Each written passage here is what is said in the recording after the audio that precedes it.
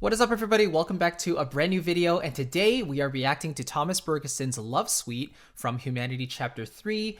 I was debating on whether to react to this one or wait for the entire album to come out, but I thought that this actually seems like a very interesting piece to listen to just because I love romantic themes, and a love suite is definitely something I want to check out.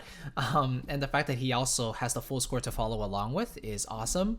So I'm really excited to go through this with you guys, especially if you've already heard it, then you'll probably know exactly what to expect. I haven't heard this at all, so I don't really know what's going to happen. But because it's like 7.5 minutes long, I'm assuming there's a lot of contrast, a lot of maybe quiet moments rising to big moments, and maybe it comes back down in certain parts. But I expect nothing less than a full journey from start to finish. So without further ado, let's hear Thomas Bergersen's Love Suite.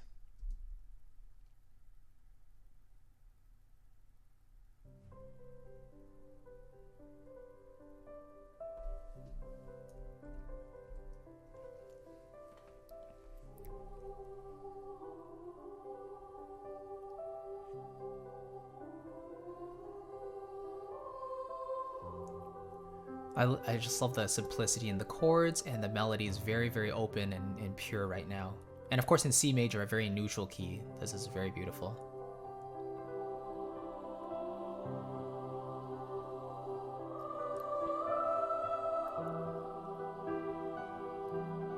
Nice E minor chord, very cool.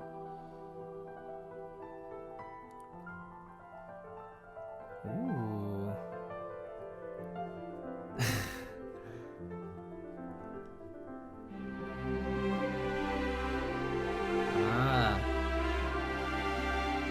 The strings kind of take over that melody, enhancing it with the choir. That's beautiful.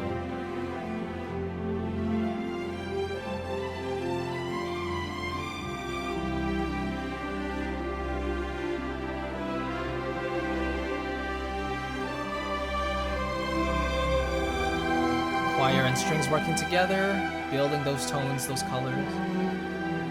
Some French horns in there to sweeten up the mid-range.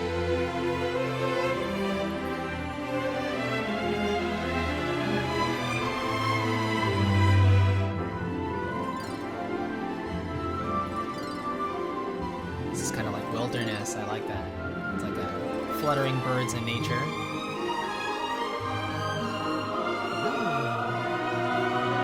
Oh, wait. So wait. So we're in C major. Goes to the flat 6. Goes up a minor third to B major.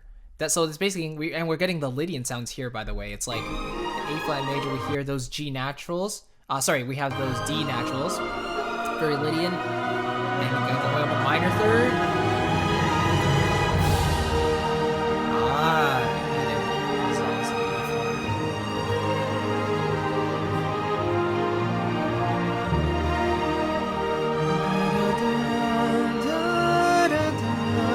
Beautiful.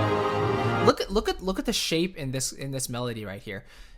This is a staple of a beautiful melody, a very memorable melody. This checks all the right boxes right here. Take a look at this. So first of all, if we look at this motif, it starts on the 5th of the chord because it's an E flat major chord. It goes down a minor third but rises back up by step to the main tone, or to the main chord tone. Up to the tonic and back down to the 5th, and now the chord actually changes. So let's actually go back to that.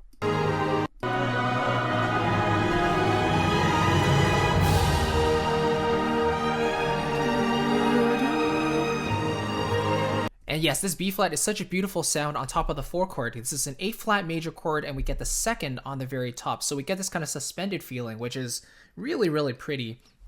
And I love just how, as this note holds, you get this example of perfect counterpoint, just having the horns and the woodwinds really doing their flourishes and stuff to really build the momentum and the energy going into bar 30, where the theme comes back in with the same motif. And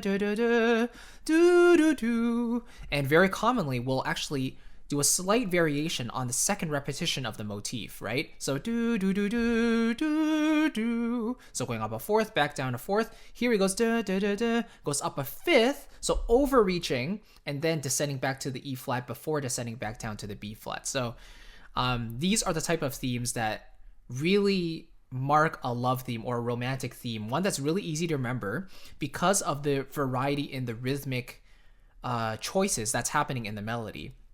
He's going with a dotted quarter note followed by 2/16ths to finish up that beat, then follows it with a straighter feel with those quarter notes, right? And then a really long note to just suspend this through. And this is a very conversational melody too. It's like, you're in my heart, my love, or something like that, right? And then it's like she's responding, you are my one true love, or something like that, right? So really, really nice. And then I'm excited to hear what happens here next. But yeah, I just wanted to share how like that it already impacted me. I really like that. So let's go back to the rise into it. This modulation from C to E flat is really beautiful, going up a minor third. So that's a chromatic median, right? Something I actually like to do quite a bit as well, but in this instance, it's just so beautiful.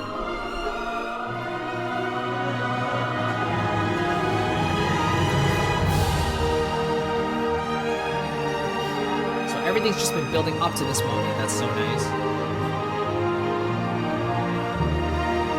Classical chord progression as well. 4 chord, 5 chord, and maybe the 6 chord. So deceptive cadence. Very nice. 4 chord.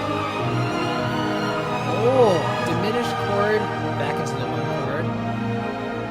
5 to 4. Very nice. I'm sure we're going to hear that theme one more time at least.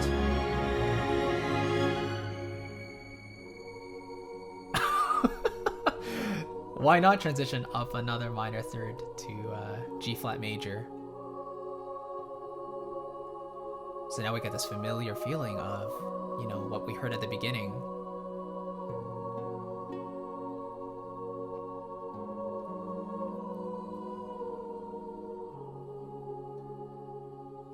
Very ethereal, like very still.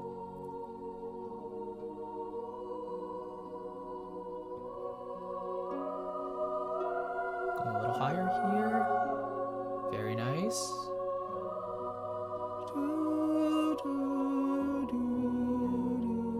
I love how it just descends here.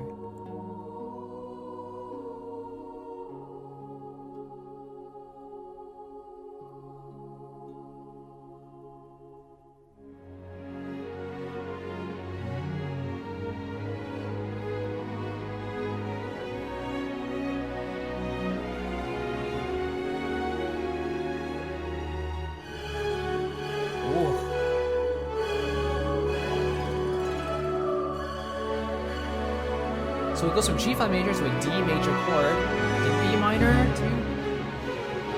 Oh. It's like the 5 chord going to the 1 chord, F sharp major.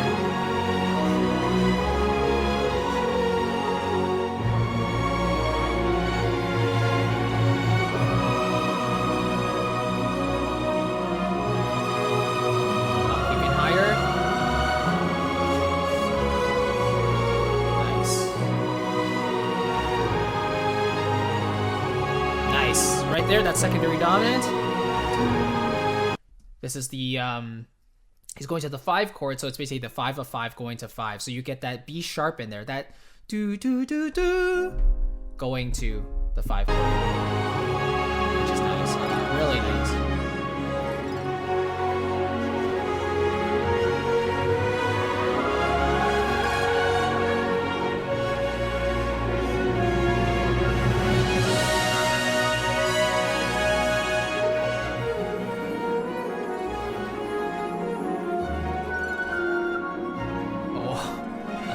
Texture is so nice.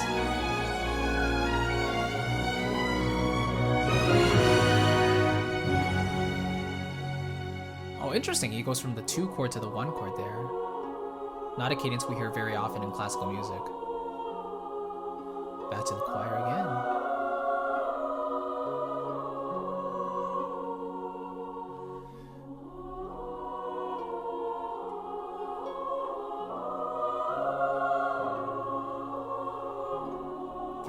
progression.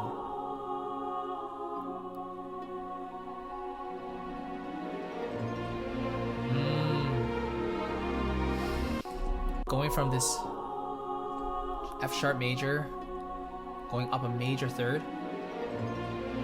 So he doesn't even really use a pivot chord. He literally just goes directly into this new key, into B flat.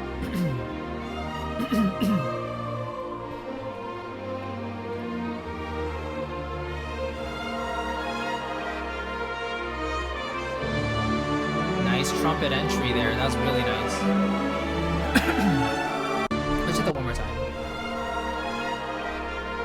So the strings are there, like acting in a very romantic manner there. It's like they're kind of like looking around. It's like, what's about to happen? There's no set defined melody just yet. And then, or I should say there's no defined resolution just yet. It feels like it's building up towards something. And then in bar 92 right here, you see how the trumpets come in to kind of strengthen the modulation into the major third up from B flat, which is now D major. So he started in F sharp major, goes up a major third to B flat major, and now goes up another major third to D major, which is incredible. Just these completely different palette changes, right? He goes from 6 sharps to 2 flats to 2 sharps. You know, there's really no rhyme or reason to it. I bet he was just inspired by these melodies, and he was thinking like, oh, how do I envision, you know, these color changes happening? He probably saw like visual imagery happening in his mind as well. Like in this love scene, what's going to happen here and here and here. So he's choosing these different destinations to go to, and the orchestration is responding in a very, very beautiful way. So you hear that signifies that transition into this new key. Very warm in those low strings. Very playful in the string here, and then rise up. Back up a major third to F sharp major again. So he's basically modulated up a tritone. Yeah, so like F sharp to B flat to D, and then back to F sharp. That's a tritone. Dun, dun, dun, dun, kind of like that, which is really cool. We've gone around a whole circle here.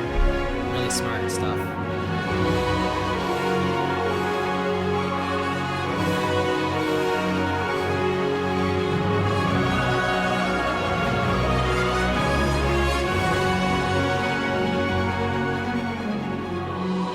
Measured trems in the strings there.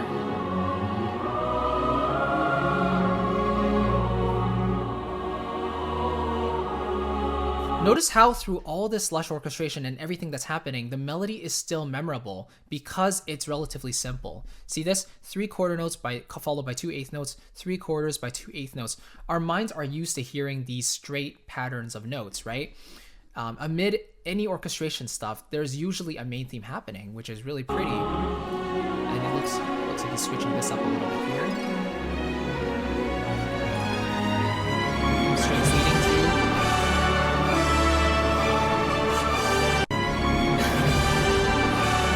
So let's hear that one time. So F sharp major going to.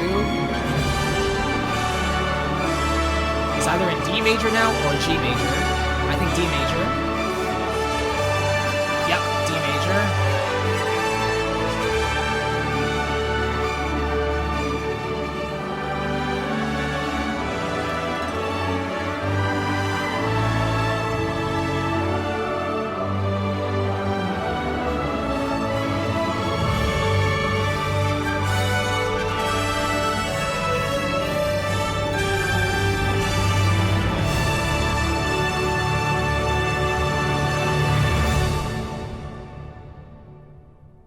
Why are you smiling at me? What is this?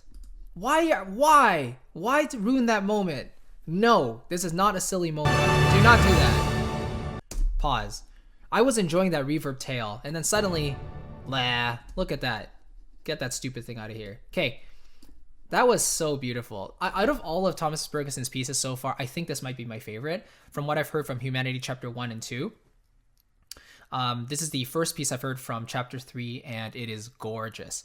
I'm truly blown away by this. I think it really takes you on a journey from start to finish. And of course, the live orchestra is definitely, it definitely lends to that feeling of just rapturous euphoria.